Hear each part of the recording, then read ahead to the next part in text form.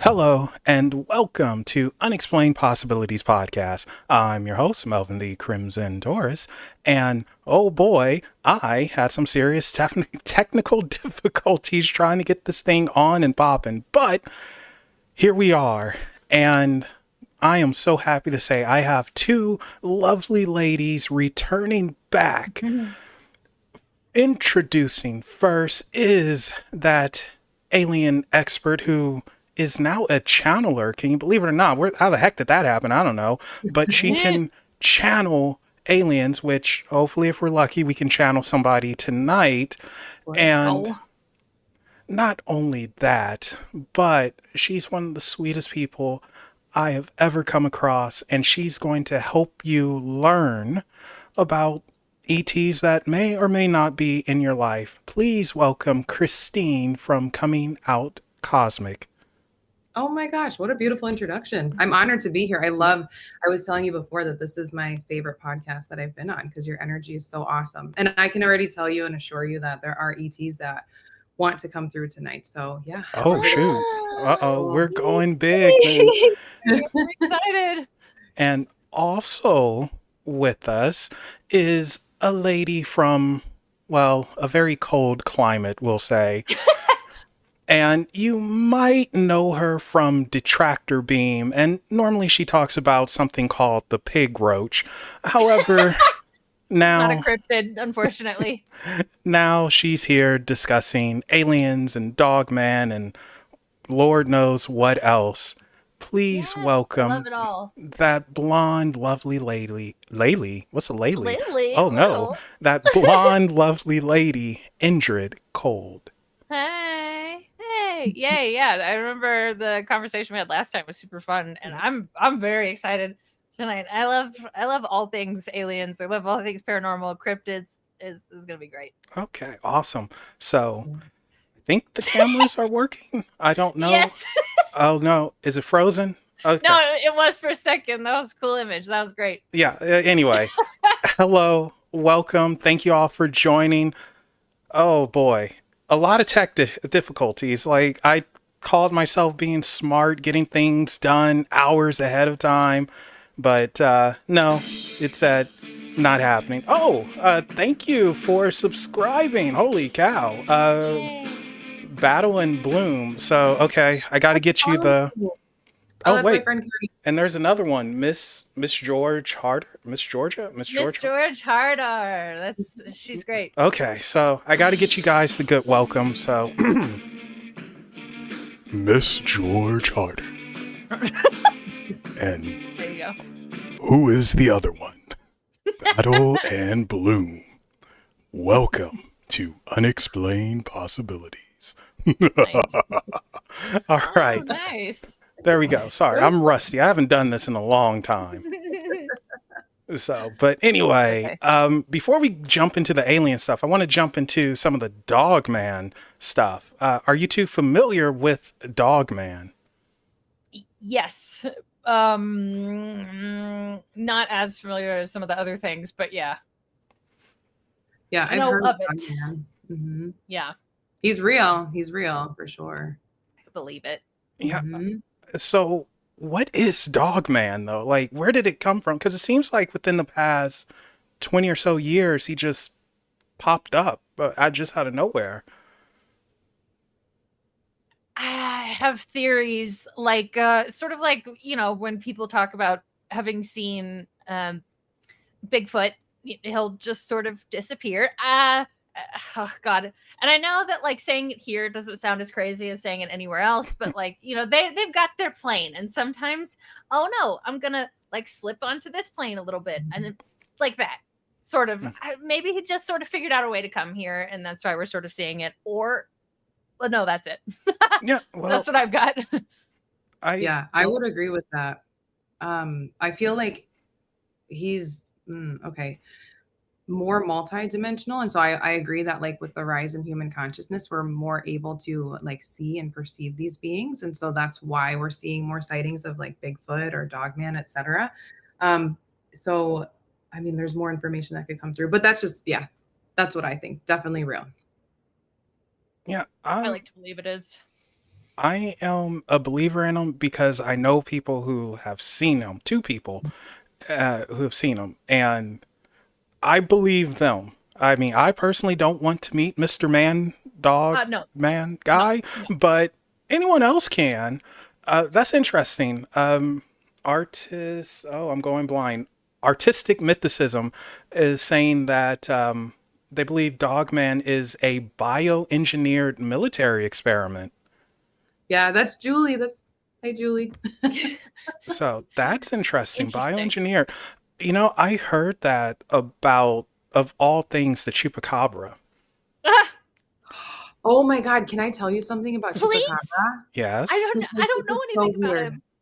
So, okay, this is so weird that you bring this up because I don't know. I had no idea what it was, but this is what happened.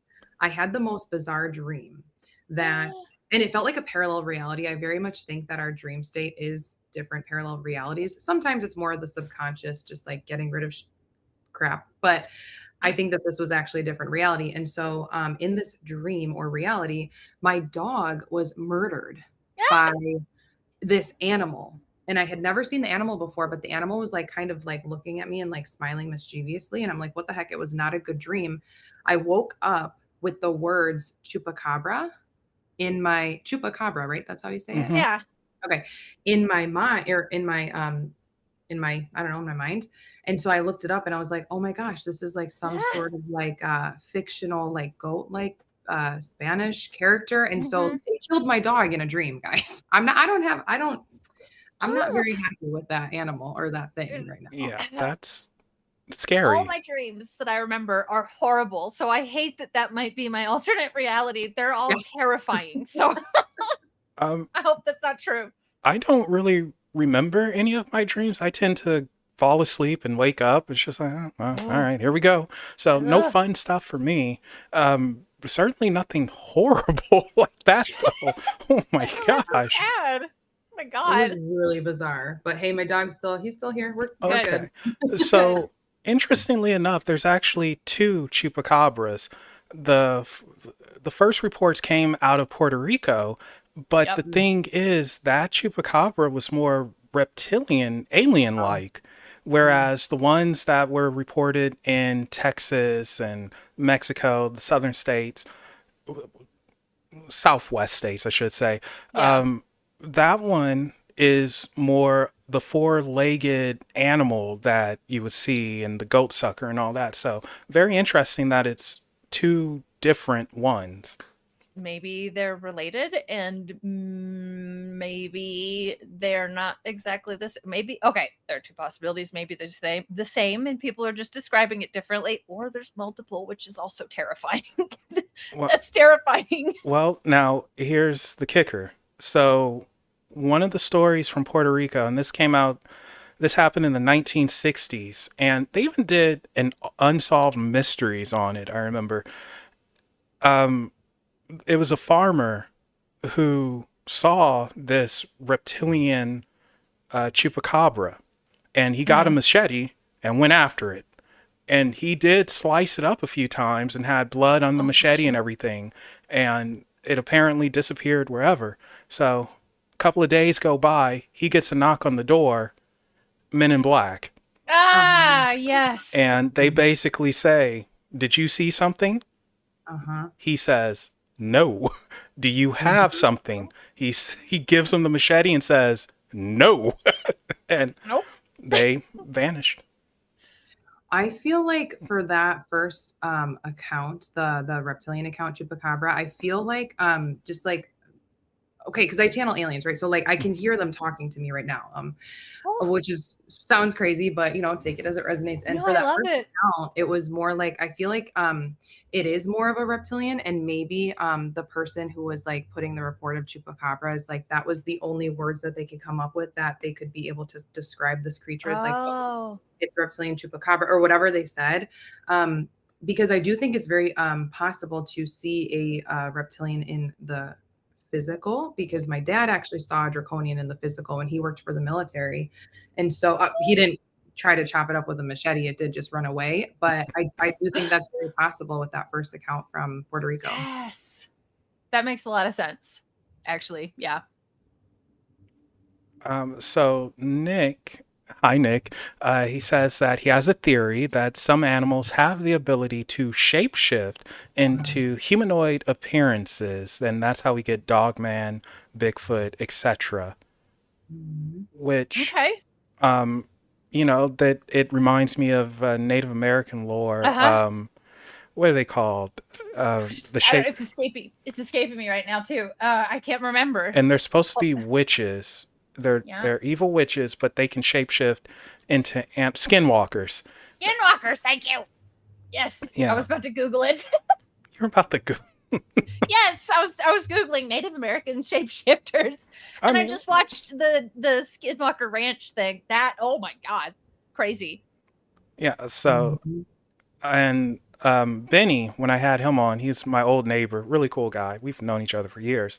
He was telling the story of his uncle in Mexico. He was hunting and he saw a pig that he shot at, but this thing got on its hind legs like a person and took off running.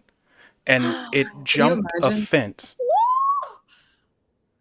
Oh, no, I can't. I mean, like, yes, I can imagine, but oh my God. Like, there's part of me that's like so excited, but like that's so terrifying. And I know I'd probably be frozen or it would actually melt into a little puddle. Oh God, yes. There was something trending on Threads, which is kind of like the Twitter for Instagram, and it was about the cows in Haiti and how the cows are like those shapeshifters, and there's a lot of witchcraft involved, and how the cows have been seen and heard speaking Creole. And so this is kind of reminding me of, I think that it's all very possible, and people are not finally, but people are just starting to tap more into it. Yes, The world's absolutely. about to get more strange. Yeah. That's what I've been feeling too. Like, and I'm so happy about it. Thank God. Yes. It's about time.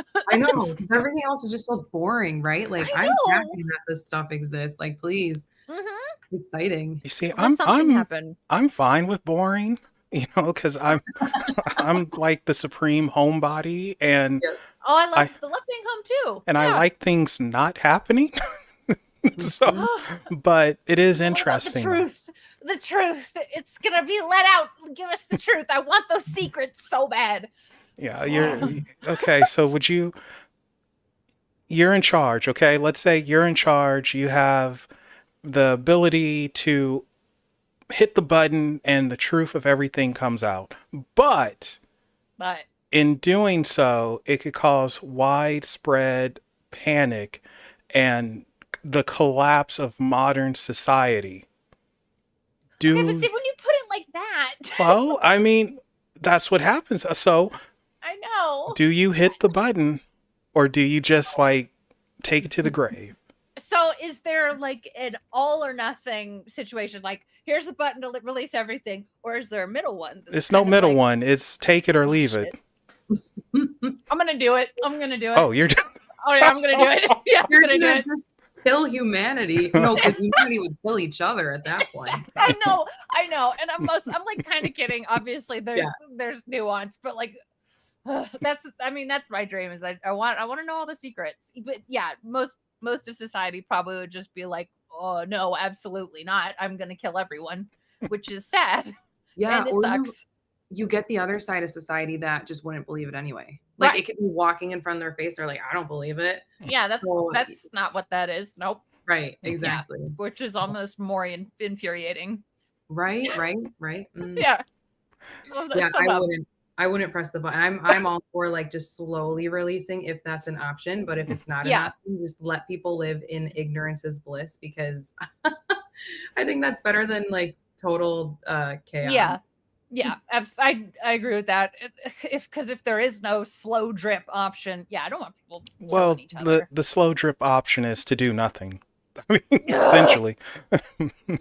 So you'll just have to be frustrated.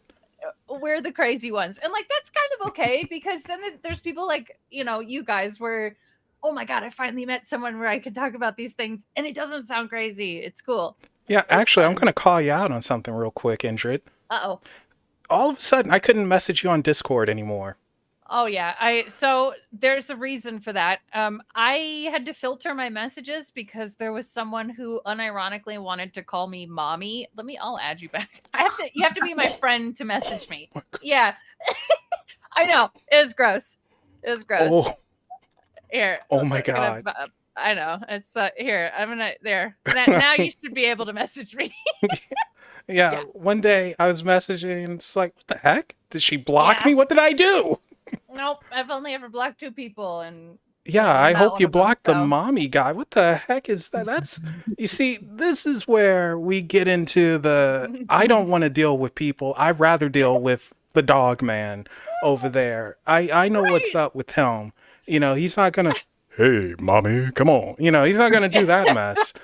I know. It's just like, all right, I'm filtering it. You can't message me unless we're friends. I'm done. And I thought we were friends, but no. Oops. Yeah. Okay. So. Yeah. I don't blame you. I understand. I love your look too, Christine. When you heard that, you're like, what the? Like, no. I know. No, I can totally relate though. Like, I get a lot of crazy comments and messages and stuff. And but to me, it doesn't. I mean, yes, I utilize the block button, because I'm just like protecting my energy. But sometimes I just like have to laugh because it's like, what I guess. But I guess that's what comes with putting yourself out there so publicly. And as you can imagine, just talking about aliens publicly, people look at you like you're crazy anyway. So it's like, whatever. I mean, may as well just go with it. And like, yeah, I am crazy. With it, like, okay, mommy, sure, whatever. Well, not that though. I laugh about it, but this one, it was a little the invasion of privacy, and I'm like, nope, I'm good. Although I wouldn't mind abduction. Me too, shiny teeth. I wouldn't mind getting a message from a hot chick who's like, "Ooh, Melvin, you're a tall, dark, handsome thing of chocolate."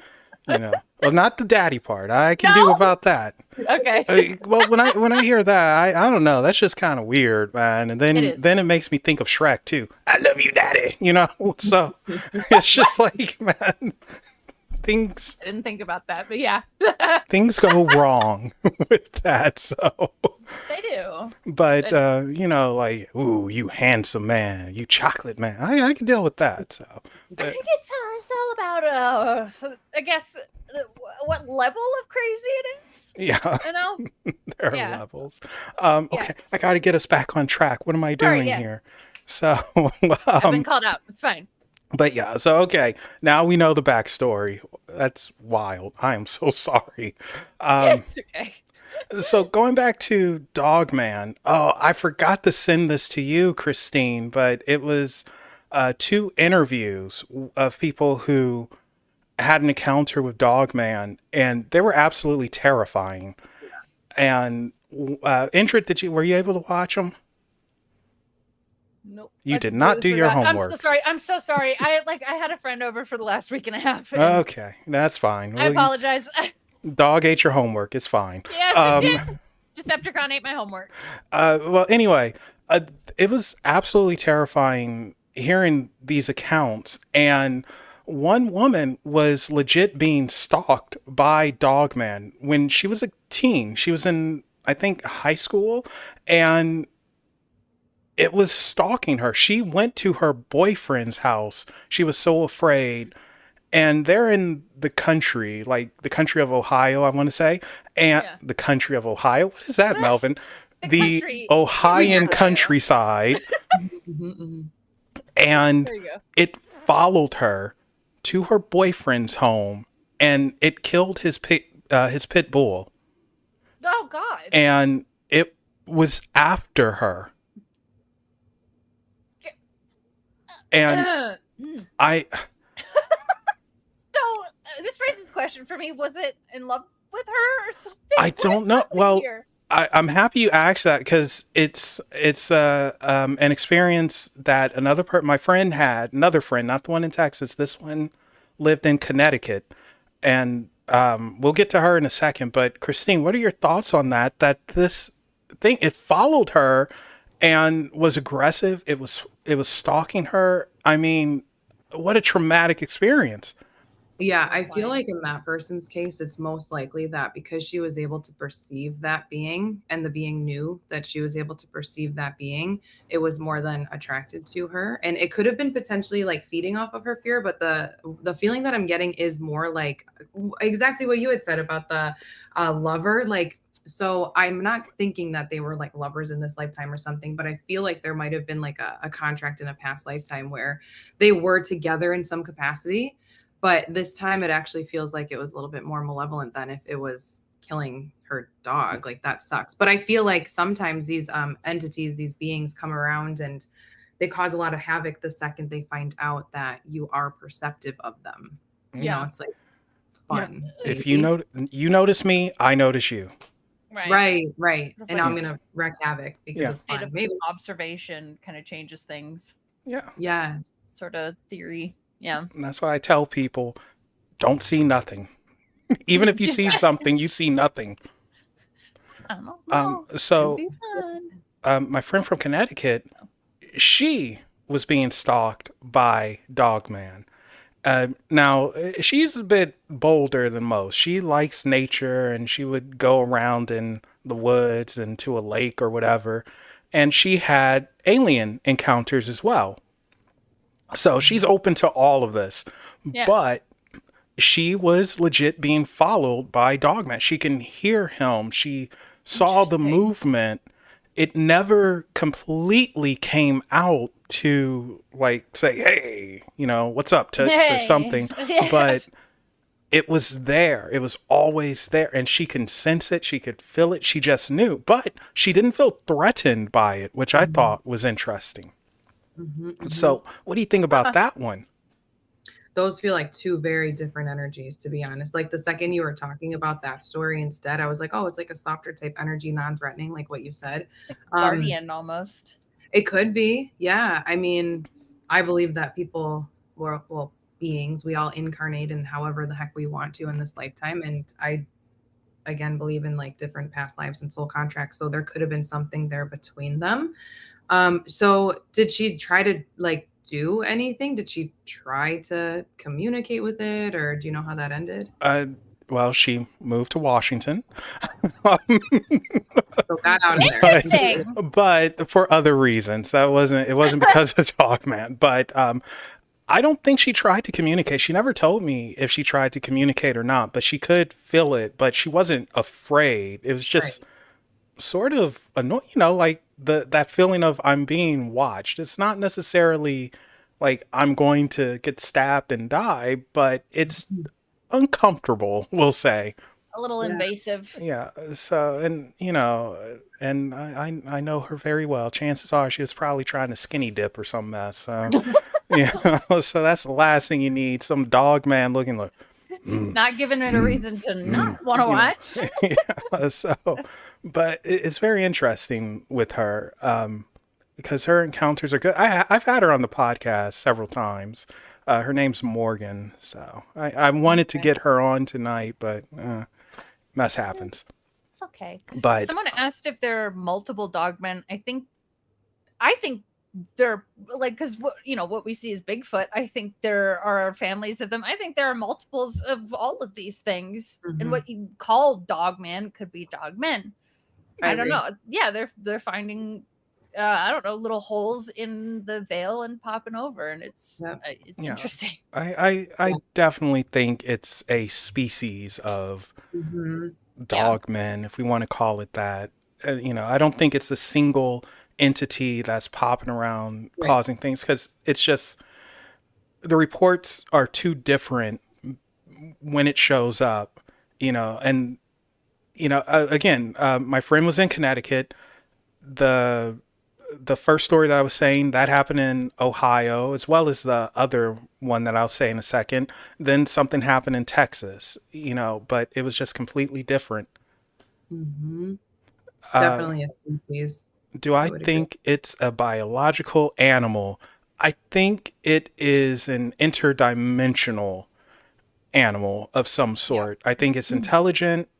I don't necessarily think it's some type of, well, I'll say it's more instinctual than logical, but that doesn't mean it's without logic. But I think it's more instinct driven. I don't know if that makes sense or not. Seem to have a little intelligence with these sorts of things. I don't know. Yeah, I guess even instinctual. It's this weird instinctual intelligence. I agree with that. Yeah, and maybe some different abilities too. Like a lot of these interdimensional beings have like telepathic communication that they can leverage, and so that's where I think the extra like intelligence comes from with them. It's fascinating. And the other documentary that, again, I forgot to send you, Christine, feel like a moron, but Indrid did not do the homework on. I can't think of his name, but it was really good. I spoke about this with Benny, and this guy and his school friends, this was when he was a kid, so 12, 13, they were in Youngstown, Ohio, and they were chased by Dogman. This thing was hunting them. And they ran into an abandoned factory and trying to hide. It had their scent. And at one point, he said that when they were being chased, it was the most bizarre thing. And I know he was telling the truth. You always want to be skeptical, of course, or have some skepticism. But he was too afraid to be lying. This guy, you can see and feel the fear. And he said that thing was just as quick and agile on 4 legs as it was on 2. And at one point, it actually stood up and it peed. It peed. What? Yes. It peed. Like, what the heck?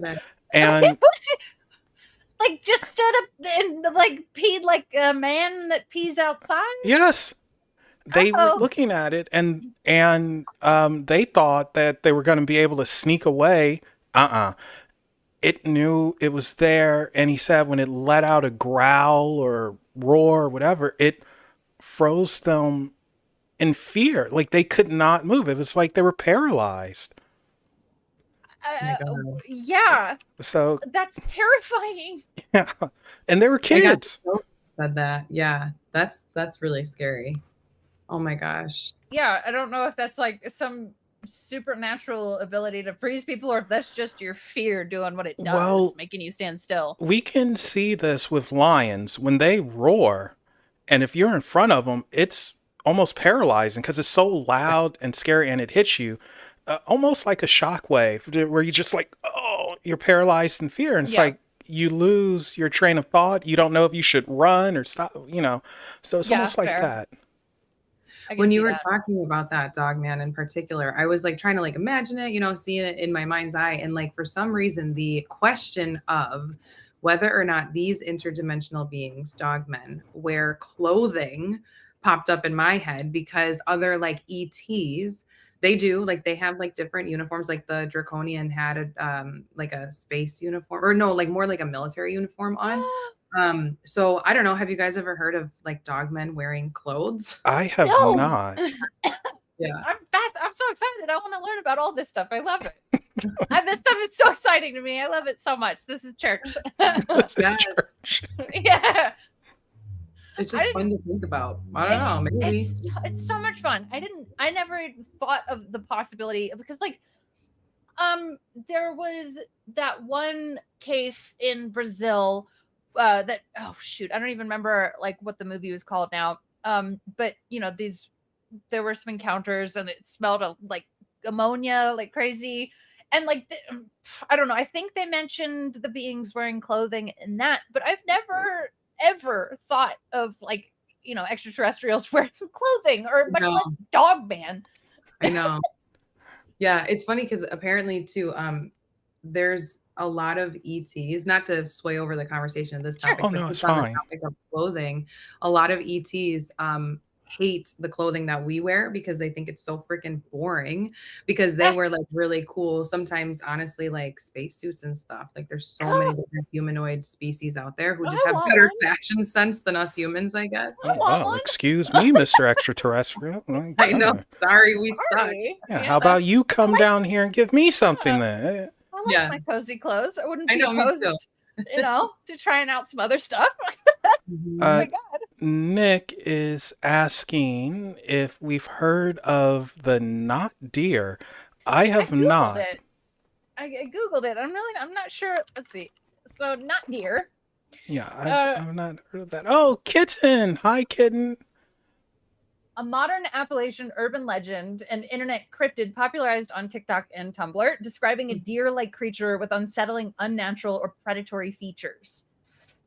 Sightings often report forward-facing eyes, long, jointed limbs, and aggressive non-deer behavior. Theories range from supernatural shapeshifters to real deer affected by chronic wasting disease, which I did hear about that chronic wasting disease. It's really sad.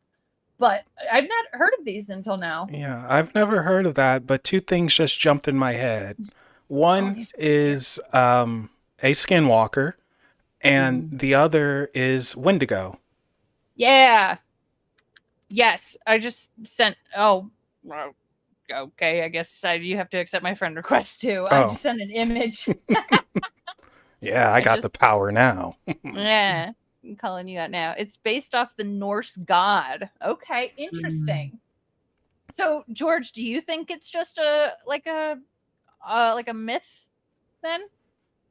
Now I'm curious. Oh, okay. And Nick is saying it's similar to Wendigo. Okay. Oh, hi, doll. Welcome. So you guys we've got a ton of deer in Buffalo, so now I'm gonna be like looking outside, seeing if I see. So what's going on with those eyes? Like, are you a shapeshifter? You know, now I'm curious. I never heard of that creature. Mule deer, and now I'm gonna be looking at these mule deer a little different. Yeah. So just it's a noise you can make that's allegedly scares off skinwalkers and shapeshifters. Ooh. Like they can't handle it. So I'll try to remember what it was. Noise is it? I will try to remember, but so I can't remember. What is it though? It's one of those weird howl things. It's crazy. Have you heard of the bell theory? No. What is that? So this is reminding me of this bell theory. You'll notice that many churches have gotten rid of their bells. I mean, there's still some, but like way back when there were like huge, what would you call them? Situations where they're just like getting rid of their bells. And the bell is so high frequency when you ring it that would naturally ward off a lot of lower frequency beings. And so I wonder if with the Wendigo or with this deer that you're talking about, I know this for reptilians, they if they're more malevolent, they don't like bells or high frequencies. And so perhaps has something to do with the noise that you're talking about, Melvin. Something high frequency. Yeah, maybe. Okay. So here's a fun fact about me. I love the sound of bells and just those weird ringings and stuff. I don't know why. Like the what are those bowls called? The singing bowls. I absolutely love them. Right here. Yeah, nice. Yes. So I love singing bowls and tuning forks. I can just melt away with that. Love them. They might save you then. So that's awesome. You have a singing bowl. What the heck? Yeah, they're naturally. What I'm getting for you, Melvin, is that they're naturally. I mean, they do this for a lot of different people, but for you in particular, it's more of like a cleansing of your energy. You feel very like drawn to those frequencies because I feel like you might pick up a lot of energy from other people too, which is probably why you like to hide away in your house, to be honest. I wouldn't be surprised. You need to get one of these. Yeah, just a little one. Now too. I think that might work. Yeah, I do the same thing. I used to party, now I'm a huge hermit. I don't. It's draining being around people. Oh my god. Yeah, she knows. I went to the post office the other day. It was silent. It was hot. There was a long line. There was no music. And I just wanted to shout out something for the hell of it and just like be funny, but I didn't. Yell out penis. I was hot. The energy of other people now, it's a lot. It's a lot. It's too much. So, but that's interesting. So, jumping to the alien stuff, like Christine, you got to tell the channeling. Yes. Tell me. You were not channeling last time we spoke. I wasn't. So many things have changed in my life, Melvin. I cannot even tell you. I literally, oh my gosh. Okay. How much time do we have? I talk a lot. So I'll kind of. I want to hear it. I'm into it. Yeah. So a little bit of background for people who are newer here, just in terms of like alien shit. I was never into aliens. Never in my life. I was like Nah, I believed like it's possible that they are around, but like I never grew up with parents who talked about them, nothing like that. I grew up Catholic actually. So it's very anti-alien. Mm-hmm. And so fast forward to 2014, I started having ET contact through sleep paralysis. This happened after I climbed the Sun Pyramid in Teotihuacan. The guide was like, hey, everybody, touch this crystal at the top of this pyramid and your life is going to change. And nobody believed the guide until later that trip. I started having ET contact through sleep paralysis. You can't climb the pyramids anymore for preservation sake. Shoot. So don't try, guys. Don't try. Dang it. But yeah, 10 years, fast forward, sleep paralysis almost every single month turned out to be ET contact, which was confirmed by my friend Laura, who had already been actively channeling ETs. She discovered that gift in a quantum healing hypnosis therapy session with Holly Duckworth. So it's really cool. If you're looking for QHHT, Holly Duckworth, Durango, Colorado is where you want to go. Oh, close. What? Yes. Oh, yeah. You should check her out. And so then after I had my first remembered alien visitation in December 2023, after that, I started contacting them more using my free will, which is law of non-intervention. You have to use your free will for the highest good of all involved. That's how you would start alien contact in my own suggestion. And so after all of that, I decided, you know what, this is crazy, but I'm going to start talking online about my alien experiences. I started coming out cosmic literally and as a company. And so just about a month ago, because I've been posting on social media for about 15 months and just about alien experiences and how to contact them. And about a month ago, I met randomly Rebecca Vidnoff, who is also an alien channeler. She's my mentor. And I swear that since working with her, she unlocked something within me that I guess we have always had. Like, we have these psychic abilities within, but you have to practice them. You have to trust them. And I've been trusting my psychic abilities for a long time because I've been reading tarot since I was 19. I'm 32 now. So that is how the channeling started. Randomly on my podcast, it came out of nowhere. I felt like I needed to say something. What they do is they'll energetically tug at your mouth. And then you just, go into meditation, set your intentions and let whatever come through. And now I channel aliens. Wow. I saw someone in chat ask what kind. That's a good question. So primarily the Lyrans were the ones who stepped forward and channeled through me first. Those are the lion beings. I've got strong ties to the Arcturians as well. And I've channeled a lot of different beings though. Blue avians love to come forward. They're very high energy though. So they don't typically stay with me very long. Mantis beings, Syrians. I've channeled a lot. Yeah. That's so cool. Now you're the first person I ever heard mention channeling avians. Now that's something. Oh, blue avians? Yes, you're the first person I ever heard mention that. So you just blew my mind away right there. Oh, do you know what they are? The blue avians? No. They're an ET race and they're basically big blue birds. I love birds. Yeah, they don't come around very often though. That's the thing. They're in their own world doing whatever it is they do. And then Lyrian is interesting. Bonnie had, you don't know who Bonnie is. Bonnie is, she makes appearances sporadically, but she's a psychic who a couple of years ago found out that she's been visited, we'll say, and Lyrians and Syrians have visited her, which is interesting because, in the US, the most cited ET, it's greys and then reptilians. And, so the fact that other things come to someone, it's for a reason. I don't know why. So what did their energy feel like? What's the difference in energies when you are channeling and something comes through? So, well, actually, before we get into that, I wanted to, could I touch on the gray versus reptilian, why we see them more? Yeah, go ahead. So what's happening now is, a lot of people are waking up to this kind of stuff. They're raising their vibration. Human consciousness is evolving.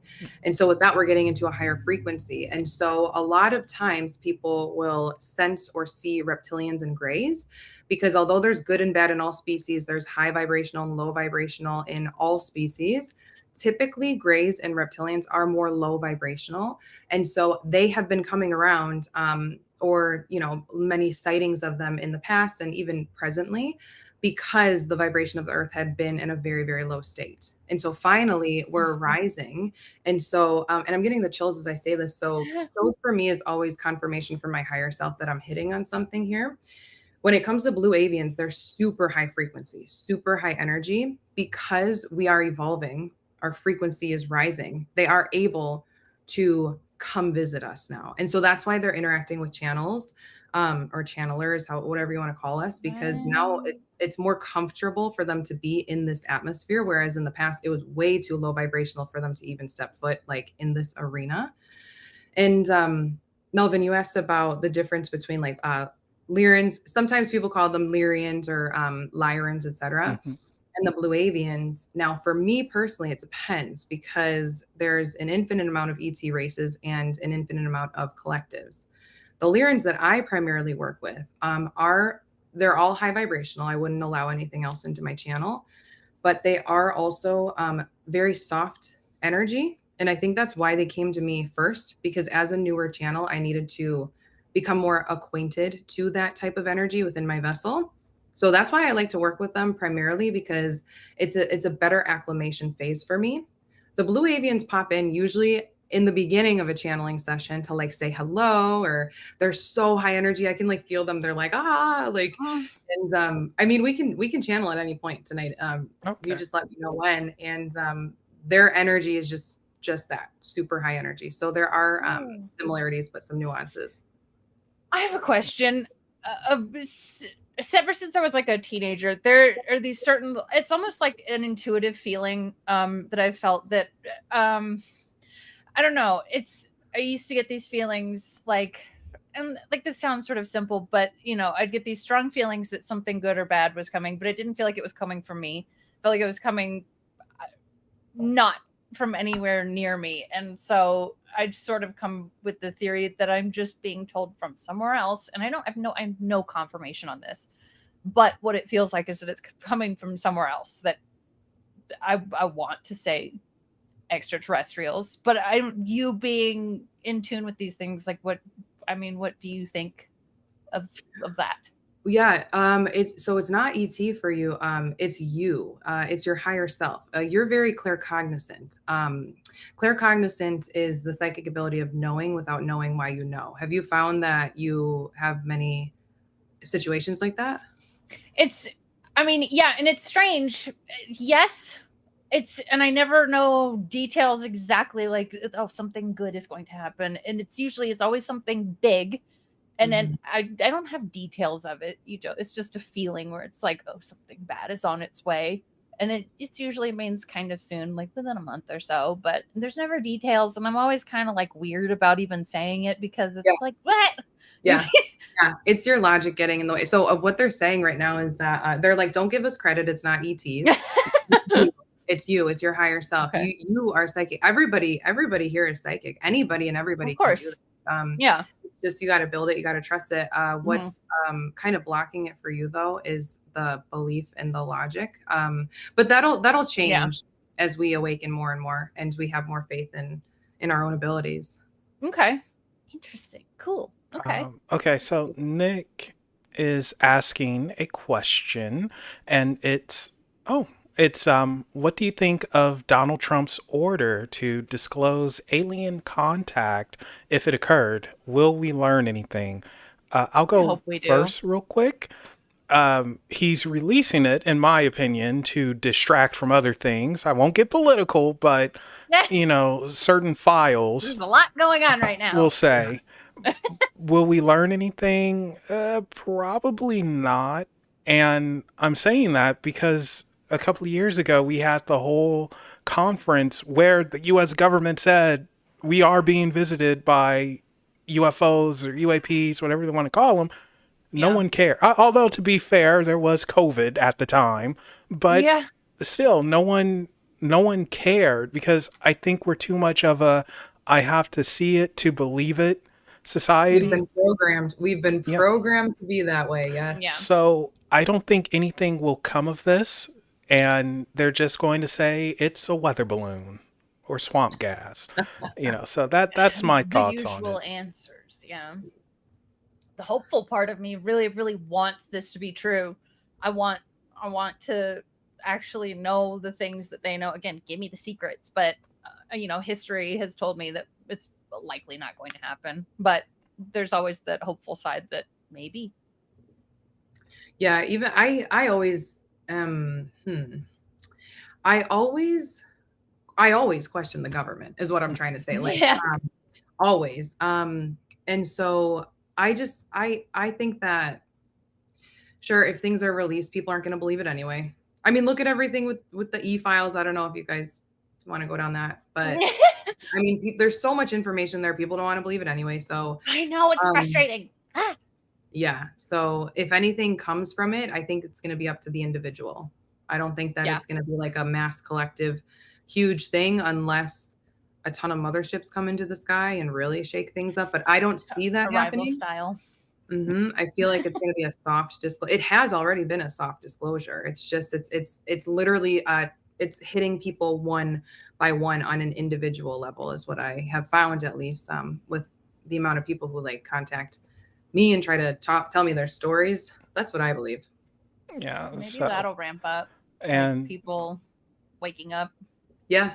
It's an individual thing. We all go at our own pace. But like I said before, if they were to just show up over the Eiffel Tower or freaking the White House or Statue of Liberty, widespread panic. Everything collapses. Yeah. So. Yes, and I feel like some people would be like, "That's fake" or "That's AI." So it's a hologram. That's the only bad thing about AI right now. That's AI. No, actually, this time it's real, but no, that's what would happen. Yeah, no, well, and then the problem is, and I said this before, I said this very many times, if it is confirmed and they do a flyby or whatever, if extreme chaos and panic doesn't happen, then we will see humanity come together. But the problem is we're only coming together because we found something else to hate, something bigger. Right. Well, and this is why aliens are so hesitant to show themselves here. It's not just a third dimensional type thing where it's uncomfortable. They physically, energetically cannot show themselves at this time because the density level is just there's so much in between. But a lot of aliens are like, you guys can't even get your stuff together as humans. You guys all hate each other. You think that like you're going to accept us, an entirely different species? Like, so there's a lot of hesitance around. And yet there are a lot of ETs who are like, you know what, we're going to come forward anyway and just kind of give it our all and see what happens. So, and Doll, I'm going down the list here for you guys. Doll, she straight up said, wait, I thought avians were made up. They're real? Oh, blue avians? Oh, yes. Yeah. Mm-hmm. Yeah. So, they're very real. And shiny teeth. I like that. Shiny teeth. Shiny teeth. Welcome. Shiny teeth. Wait, I don't think you subscribed. Hold up. No, you're not getting the welcome. What am I doing? We'll read your question. Okay. So shiny teeth.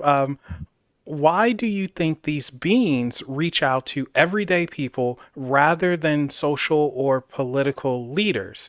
Are they reaching out to whoever can communicate, or do you think there's a hidden purpose? I like it. I like the question. Do you want me to go? Yeah, you can go. Yeah. Go ahead. Oh, these political people absolutely know about aliens. They absolutely know that like there's contact happening. They're being contacted. They know there's a lot of hidden stuff. Yes, this is my belief. Of course, take it as it resonates. There's so much hidden stuff.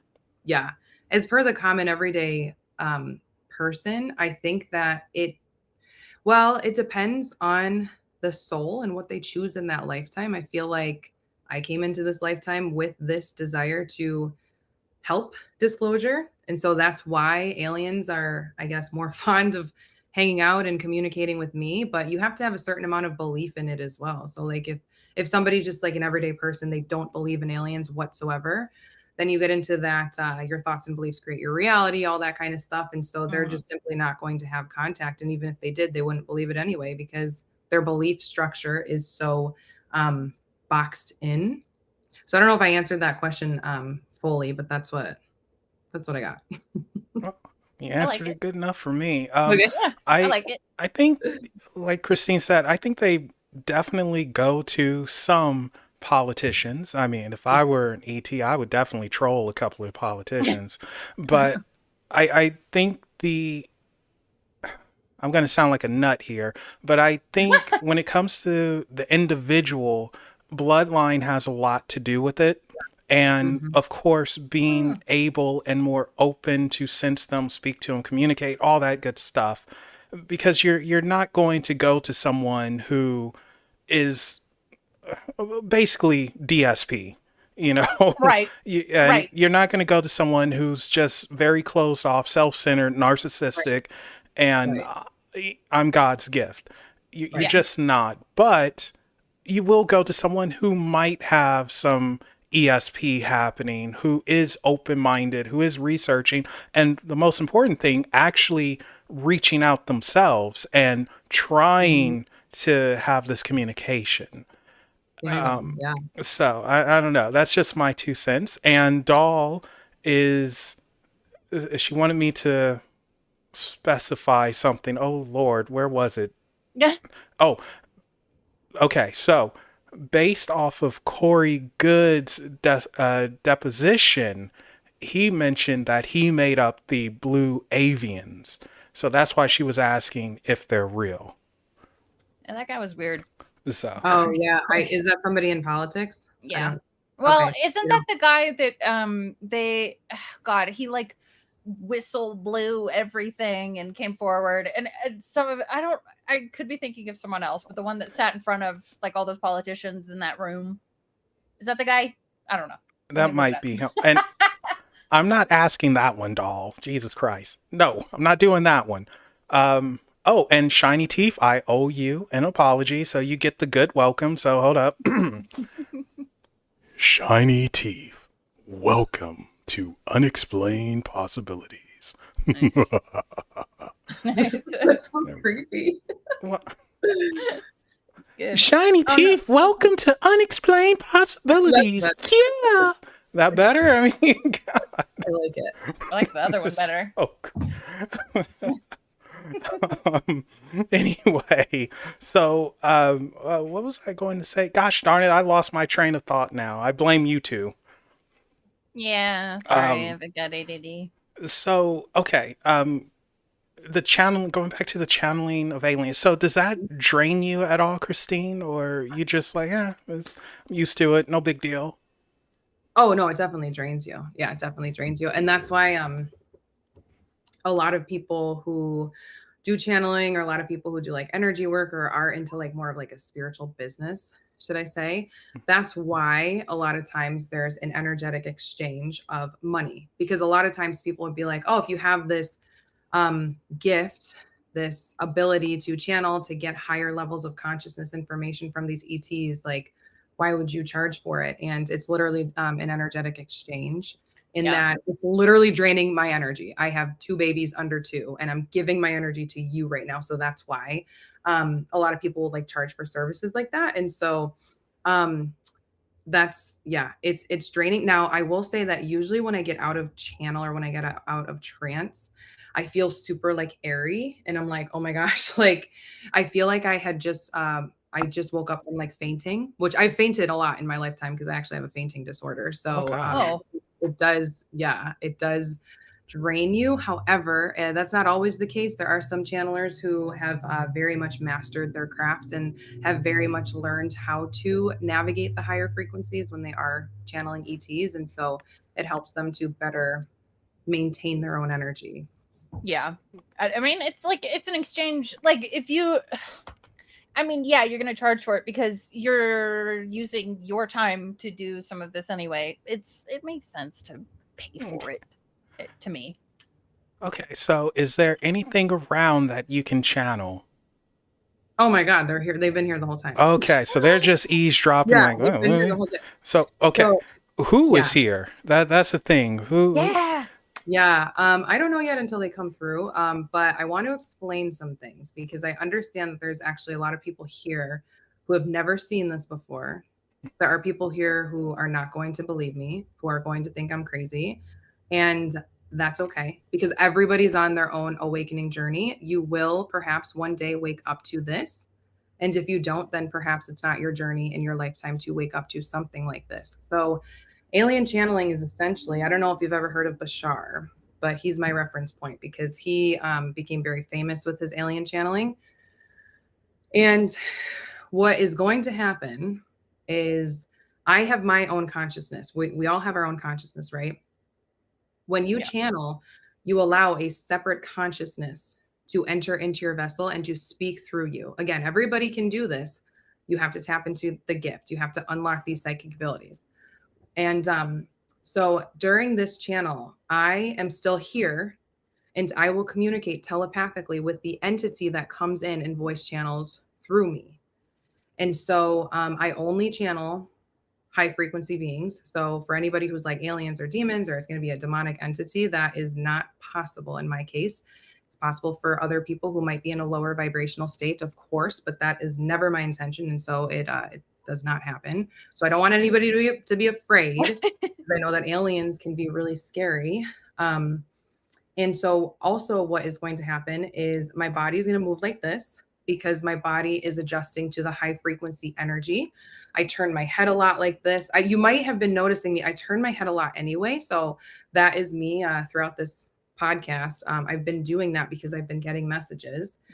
And also understand that when you channel, the entity can only use information that's already in your brain. So if somebody asks me, hey, Christine, can you explain in detail the science of quantum physics? I will tell you, the entity will tell you, no, we can only explain it through concepts that Christine already has in her brain. So like I was channeling for a lady the other day and the ETs were showing me an image of a specific horse that she had been in a past life. And she was like, oh, it's this horse. And she named some horse that I had never heard of. And the entity was like, they confirmed, yeah, that's the horse that we're talking about. But Christine would never have been able to say that name because she has never heard it in her life. It has never been in her brain. So the ETs will very much use what's already in my brain and my own psychic abilities to be able to give forth the message. So are you guys ready? Yes. Okay. All right, let's rock and roll. I think they're going to pick on you, Melvin. What? Pick on me? Well, this is a conversation. You're literally in a conversation with an extraterrestrial when they come in. Yes. So they might ask you some questions, or you can ask them a question. You can ask them anything. You can ask like, what is my galactic origin if you want to. You can ask anything. Okay. Well, please note the information is going to be from stuff that's that they can actually use in my brain. Yeah. Okay. So I'm going to go through like a protection thing, and I'm going to ask you guys to do some things as well. Okay. So right now, I am circling myself in a white light bubble of energetic protection. I ask that you and the audience all do this as well. Just imagine a white light around you. I'm connecting myself into the cosmos and back down into the center of the earth. My intention is to only communicate with high vibrational entities, service to others for the highest good of all involved. With unconditional love, joy, authenticity, low level, low vibrational entities are not allowed anywhere near this channel. I am a channel of divine light. Who would like to step forward right now to communicate with Melvin?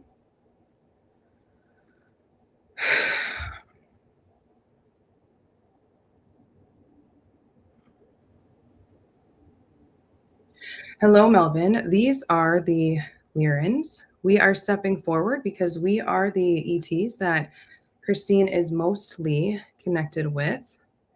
We understand that this is quite odd for people in the audience. We understand there are a lot of new people who are awakening up to this concept of alien channeling. And we wanted to reiterate what Christine had said earlier, that if you do not believe, that is okay. Always take what resonates. We come with infinite love and compassion for humanity. And please know that many people are tapping into this gift right now. And so that is one of Christine's missions, is to help people to unlock this ability as well, but to also answer questions that you may have. Is through our ET higher perspective, we may answer questions and give you a different perspective that your soul needs to know right now. And so with that, we wanted to give the floor to Melvin. Melvin, did you have any particular question for us right now? I do have a couple of questions, and one of them is from someone I promised I would ask this to. And the first question is there a distinctive civilization between extraterrestrials, or is it all just one big civilization together? We may ask for you to clarify, and the reason we would do this is because there is an infinite universe. There's infinite timelines. So, of course, the answer is both yes and no. Because yes, there are distinct civilizations, but it depends in which reality your consciousness is tapped into. So, let us explain here for a second. ETs and humans do merge civilizations, but it depends on the consciousness of the human and if they are able to perceive that other civilization. Now, if you're talking about civilization from a consciousness perspective, that is the best answer we can give you without fully understanding what this person is actually asking. We may ask for more details. And so, with that, we also wanted to say that if you're talking about civilization from an environment, from a place perspective, whether there is a civilization on Mars of a different ET race and there's a civilization of humans here on Earth, yes, that is also true. So, is there an instinctual, and we understand, Melvin, that you may not know the intent or the full question here, but is your intuition telling you something about this question so that we can clarify a little bit more? Because this question is quite difficult to answer unless there's already higher perspectives that are understood here. Does that make sense? Makes sense, and you actually answered it. You already answered it with what you said. So Beautiful. Thank you. Okay. And in regards to Earth, was this planet seeded by extraterrestrials, or was life here just organic, natural? It just happened? This is a great question. Please let us download some information to Christine here. 1 second, please.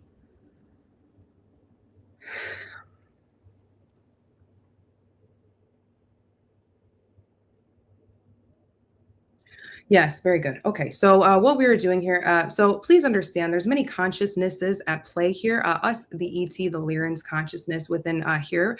We also have Christine's consciousness over here on the side, and we're also working with Christine's higher self, and we are checking in on the audience as well to see what they are ready to learn about this topic. And so we have the clear, the green light here to give some more information on this. Now, as always, please take what resonates, because there are many different theories out there, and if it resonates with you, then it's meant for you at this time. Now, from our perspective, because please understand that we are coming from the Lyran perspective and what our thoughts and beliefs are about planet Earth. And per our perspective, the Earth began organically, yes, and it was then discovered by extraterrestrials and then seeded. And so yes. So 1 second here, because when Christine says that is a bit of her consciousness merging here. Please understand there's typically a fight as two consciousnesses try to connect here. So 1 moment, please.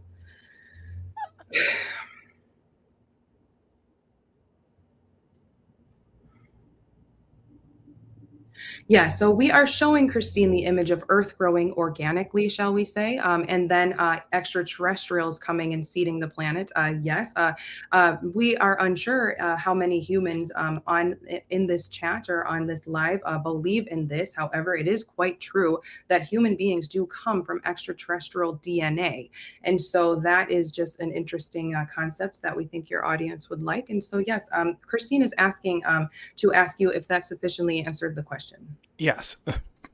I think I got my answer there.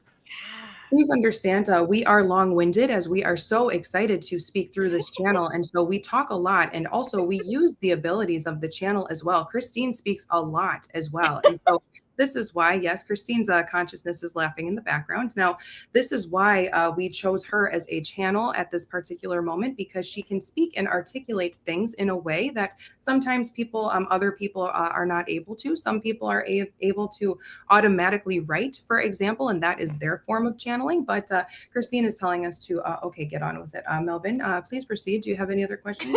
Yes.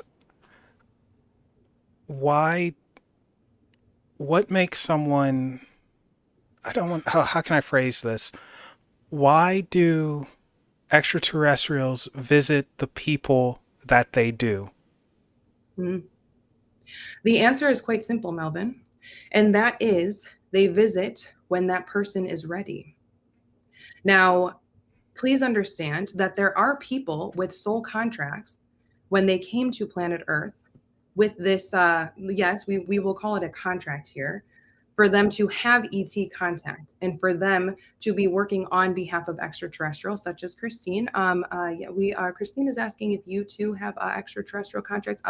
The answer for you two, Melvin and Indrid, correct? Indrid, close. Indrid. Okay, yes. So for you two, you do not have contracts to, let's say, speak out so publicly about aliens, but we can confirm that they do resonate with your energy. They do visit you. And so if you wanted to have more alien contact, you absolutely can. You just have to use your free will and invite us in for the highest good of all involved. And so that is the simple answer here, is that specific individuals have contact with ETs when they are ready. And some humans will never be ready. They decided to incarnate here on Earth without this experience of extraterrestrial contact. And that is why it is so important for the audience to know you can never convince anybody of anything as it pertains to extraterrestrials. You should not even waste your energy, because the people who get it, get it. And the people who do not get it may never get it. And that is okay, because each journey is sacred for the soul. Every journey is beautiful. And so everybody should be able to live their life in the way that they have originally planned with their soul contract. And so Christine is very passionate about this subject. And that is why we are quite animated in our facial expressions right now. And so Christine is saying that is sufficient. Get on with it and take the next question. Okay. I'm going to give the floor to Indrid, because she is ready, and also to chat. So chat, if you guys have any questions, respectful questions, go ahead and ask. So I guess I really only have two questions. Christine had mentioned maybe asking about a galactic origin. Is that something that what's mine? Oh, yes.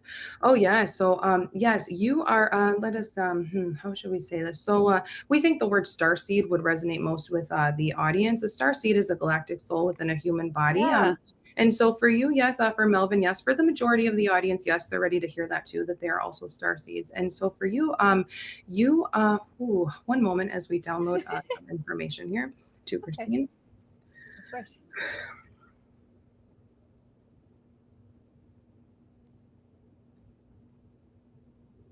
You do have strong ties to the gray race. Now, do not fear. They have a bad reputation.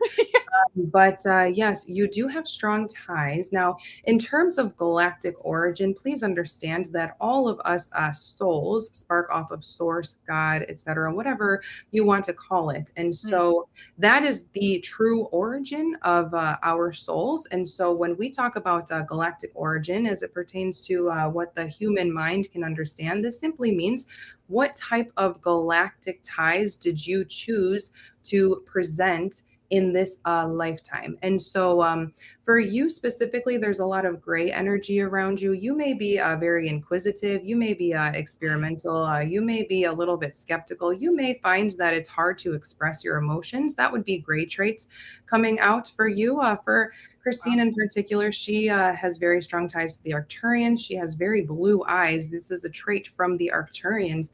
So we mentioned physical traits here, not for people to divide each other, but so you can find it interesting to see what is possible and how different ET traits are actually displayed in human beings. Did that answer your question? Yeah, it's fascinating, and I got a few things right. I see that chat is asking what life is like where you're at, and I'm very curious about that. Yes, thank you for that question. We love to yes, we love to answer questions about ourselves as well, and so we Yeah. do very much appreciate that. Now we are, and please understand too, we are using the information in Christine's brain, so we are trying to give you as accurate a picture as we can. And so if there's certain galaxies or star systems that Christine has never heard of, then we are unable to communicate that through her. And so where we come from, the Lyrans, we primarily come from Lyra. They're yes, we come from yes, we travel we think that this may be interesting to your audience. We are able to come here through different stargates. Physically to come into the Earth atmosphere through different stargates, but we primarily come from Lyra. And so Christine is reminding us about the question about what it's like in Lyra. Yes, it is. It is nothing. It is nothing like Earth. It is nothing like Earth, and that is quite beautiful. So we do not have as much polarity. Actually, what might be interesting for you all to know is your souls chose to come here because you wanted to experience polarity. Where we come from, there's not as much polarity as Earth, and by polarity we mean negative versus positive. You guys are feeling that energy extremely strong right now, and that is because of Mother Gaia's ascension. And so where we come from, yes, it is quite different. We cannot give too many details because there's not let us see, there's the right accurate information that we would want to tell you guys is not in Christine's brain, but we would say we love to visit Earth, to visit our children and our kin. You all are star seeds, most of you. There's a couple of people in the chat where we would say they do not have very many galactic ties, just some. And so yes, we hope that had answered sufficiently. Now we are noticing that the channel needs some water, so we are going to bring her back now. However, we wanted to say thank you so much, everybody, for listening and being open-minded to this. We understand there are people who are not going to believe this. And with that, we will let Christine make some comments here on that. But it has been an absolute pleasure to be here in your presence. And with that, we are going to bring Christine back now. Thank you so much for speaking with us. Oh my God. Thank you. What? Okay, I'm coming back. Dude, that water comment. I know. That's what I was, because like someone in chat said, drink some water. I know. Oh my God. Wait, did somebody say that in the chat? Yes. Artistic Mythicism said, drink some water. Oh, hey, Julie. Thank you. My mouth is like, anytime. Okay, wait, I gotta like ground myself. So anytime I come out of trance, it's like, yeah, I feel like I wasn't here for a little bit. You know what I mean? Yeah. I don't know how to explain it. It feels really dreamlike. Interesting. I liked the way they said Lyra. Yeah. It's just a different. So cool. Is it a Lyra star system? There's a lot. There's I believe there's a constellation Lyra as well. Yeah. So they're just like, yeah, we're just like not from here. Oh man. We watched, I don't know if you guys are aware of a movie called K-Pax, but wow, that Kevin recently. Spacey. Yes, okay, yeah, art from the artist. But I mean, we watched that recently, and like the descriptions of like the planet that he gives in that's what I like to think of. It's, I don't know, it's all Twilight and pretty. It's like hard for me, like as the channel, as they're like saying like, yeah, it's like hard for us to explain exactly or to like show a picture of, because one, my clairvoyance, my psychic ability of seeing is still developing. Yeah. My strongest clair would be claircognizance, which is the psychic ability of knowing, and also the psychic ability of hearing. Mm-hmm. And so it's hard because like if they try to show me a picture, it's kind of fuzzy. A lot of people might find that in meditation, that like if you're shown a picture, it can be a little bit fuzzy until that ability grows. And also I've never been into aliens. I've never like watched different shows. I have no, my brain has no reference of what these different alien planets could even look like until my clairvoyance gets a little bit stronger. Get it stronger. Let's go. I need details. Come on. You get yours stronger. Come on. I know. I can't put this all on her. It's something that I'm very interested in. So, yeah, anybody can do it. It's just you gotta have the courage to try, I guess. It's not absolutely. It's not normal. It's not accepted usually, but it's cool. It's weird. Okay, so it's weird. It's weird. It's weird. Yeah. My mom and my sister don't believe me. My dad totally does because he's an ET contactee and he's like, we can talk about aliens all the time. Oh, my mom believes all of it. Okay, so two people are pretty much asking the same thing, and they said so the information has to be in Christine's brain in order for the Lyrans or Lyrians, whichever, to communicate it. Yeah, yes. So think about it this way. Have you guys heard of that concept where when you're dreaming at night, your brain will not actually show any sort of image that you have not already seen in real life? Meaning the people that you dream about are people that your brain has actually seen in real life. Have you heard that? I have not. And that's crazy because there's always people that I have no idea who they are. But I mean, I would believe it. Yes. So that is a neuroscience. And again, I'm not an expert on brain science or anything like that, but look that up. There is a concept that talks about that it's like subconsciously, you might not even realize that you're picking up on these faces, but like the majority, I believe all faces that we dream about at night are people that we have seen. Like the brain has picked up on it and you're not even, you're walking through the grocery store and like you see a face, you're not registering who, it's not important, but like the brain still has that cataloged. And so the brain can then like dream about it. So it's the same type of concept in that there's two consciousnesses at play. And they can only, use and I keep going like this as if you guys don't know where the brain is, okay? They can only, so for example, they're not going to start using like crazy vocabulary, like ubiquitous and superfluous and all that stuff. Like they won't use that if I have never heard those words before. It very much has to be something that I've experienced, that my brain has experienced.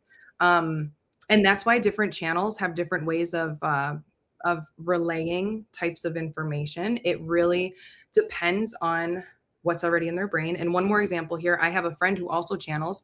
Her parents are both like English professors, and she's got an amazing vocabulary. So ETs will use that vocabulary in her brain as they're channeling through her.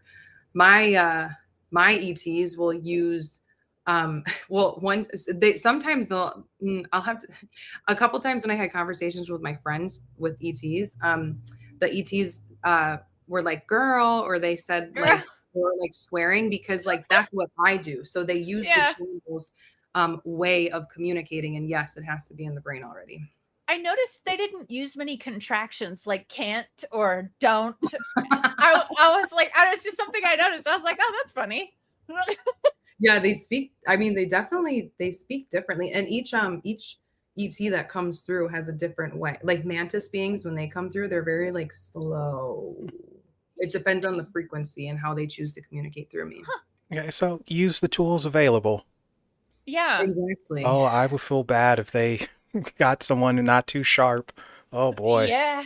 So yeah, and that's why I think there's when you have a certain level of understanding of like different versions of realities and Earth and all that stuff. Like I have loved studying this kind of stuff over the past couple of years. When you have a certain understanding or open-mindedness, I think that's when people are more likely going to unlock the ability of channeling. But if you're too closed-minded and if you're too boxed in your own beliefs, of course they're not going to try to channel through you, because you're not going to believe it anyway.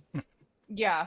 And Shiny Teeth, he's asking, would it be sort of like saying they can only use the neural pathways someone already has and not create new ones? Ooh, I love that. Yes. That's a good question. Yes. Yeah, they're going like this. They're going like this. Bingo. I love that. Thank you for saying that, because now I have a better way. I'm going to write that down. I have a better way of trying to explain it, because again, I don't understand like brain science and all that stuff, but that was an excellent way of explaining it. So thank you. Care Bear Bard of Cards. Like I'm interested in this too. I wonder if they express humor, and if they do, what does it look like? Oh my God. Can I tell you a story about this? Yes. This is so funny. So actually, if anybody's interested, it is recorded on my Coming Out Cosmic podcast, which is on Spotify, YouTube, and on Apple Podcasts. So if you wanted to actually listen to this happening, it's quite funny. So I was channeling the Arcturians with my friend Rosanna, and me telepathically, as the Arcturian consciousness is in my vessel, I'm telling them, can you please tell Rosanna something cool? And the Arcturian was like, well, we don't know what is cool for Rosanna. And she started laughing. My consciousness, I started laughing. I almost broke out of trance. And then the Arcturians were like, please understand, because they say that all the time. Please understand. Yeah. Please understand that we also are laughing right now. We just have a dry sense of humor. We do not know how to express it. And so that was funny. So yeah, they do very much. Anytime, one of the messages that I got is that's so beautiful that they want for humans to know is anytime that we are in our brightest joy, humor, laughter, we are connecting with our higher selves. Like however you want to explain this concept, when we're truly happy and laughing, they are also with us laughing and happy. And they love to see us. They love to see us do that. That made my heart warm. That makes sense though, especially if they're able to pick up on energy, feel it, and all that. So, and why wouldn't you want to connect with the happy part of someone? Yeah. Right. Yeah. Nick is asking. Oh, I actually have an answer for you with this, Nick. But anyway, he's asking, can they reveal new scientific insights, lead us to greater knowledge? Mm-hmm. Yes. Do you want to answer? So, I mean, for me, I can say yes because I know someone who I can't say their name for very good reason. Understood. Oh, hello, paranormal witch. Welcome. Been a minute. I can't say their name because I don't want to knock at the door, but they actually, and this is legit, they somehow got a scientific formula, and this was years ago now, and everyone thought it was nuts. Like, what is this junk? Get out of here. I know who you're talking And about. it was actually proven real. Like, this is legit. This is actually Is this about the faster than light travel thing? No. This is something else. Okay. So, different. Something else, There's but something else like that too. yeah, Okay. I won't say the person's name because just government stuff, and it got bad. And Yeah. I think I shared it on a few podcasts where he was literally getting beat up almost every other day, and it was bad. So won't say his name, but to answer your question, Nick, yes, it's, oh boy, yes. It's as simple as that. That's fascinating. Yeah. Now, if they tried to tell me some sort of alien technology with the limited scientific knowledge that I have in my brain, and plus it doesn't interest me at all, they would it would just, the information would not translate. Like I'd be like, what are you trying to show me? But yeah. Well, that's the funny thing for him. It didn't, he just copied it. He didn't understand it. Right. He just copied it. And, not the bad mouth. But copy stuff down for aliens. Oh my God. I love that. Not the bad mouth him, but he's an idiot. And it's no way he could have known this. Like, he's not very intelligent, but it's still more credible when the person definitely is not the type to understand the thing that they're presenting. Yeah. And then it turns out to be like, oh, this is awesome. This is great. If I suddenly come up with some mathematical formulas and stuff, it's not for me because I hate math. And so yeah. And I think it's interesting, but I can't do it. Yeah, it's just, no, I quit on math. As soon as I saw letters and numbers together, I was like, no, we're done. This is I'm good. But yeah. So it was a formula that he was able to, it was a formula. Okay. So what I feel like with that too is because so they are able, because going back to the conversation of them only being able to use what's in your brain, they can string together things for you. So if he's aware of numbers and letters and the square sign, then they would be able to feed that information to you. Somebody actually and that's another thing too, is sometimes with names, if I never heard of a name before, they'll spell it out for me. So that's why I think the formula thing is so cool. And somebody had actually commented on one of my videos asking about the alien technology thing. And I know that's a very valid question. It's like, why can't we just use this, channeling abilities and stuff to save the world and to have better alien technology and help humanity? And a lot of times it's just, the channel can't interpret it, but it's also like sometimes we're just like not ready for that stuff yet. Like they are, I believe they are using alien technology, especially shapeshifters. But humanity may not be ready for it yet. Yeah, I mean, because, as soon as it falls into government hands, they're going to make a bomb. Simple as that. Like anything positive, it's going to be made into something negative that can wipe you out. Yeah, it always leads to destruction somehow. So, but that's interesting. So going back to the dreams for a second, you reminded me of something, of actually 2 dreams that I had that I do recall from years ago, which I'm not entirely sure they were dreams. And the reason why I say this is because Batman taught me you actually can't read in your dreams. So I know it's weird that I learned that from Batman, but it turns out it's like, oh shoot, you can't. So if you're able to read something in a dream, might not be a dream. You're right. So remember that, guys. So I remember this because I don't talk about it often, but I do have a weird couple of things around me. One of them, her name is Pearl. We don't know where she's from. I don't really particularly want to know. She'll tell me if she wants to tell me. What I do know is one of her titles is Queen. And that was good enough for me. But, and this is what makes it even more interesting, there's something else that is allegedly where I'm from. And the only reason why I didn't ask about this is because I like the mystery. Wherever Pearl is from, they're from. And I was sent a message, and I'll never forget this because it was like dark. And I remember writing all of a sudden just showing up. And it was like, what the heck is this? And it read, steeped in light. And it was something else under it. And I can't remember what it said. And I wish I wrote it down because at the time I remembered it, but I didn't write it down like an imbecile. But the steeped in light part, I recall. And then the next day, had a dream, literally light just, like, what the heck is this? So I remember that. But otherwise, yeah, it's just like, okay.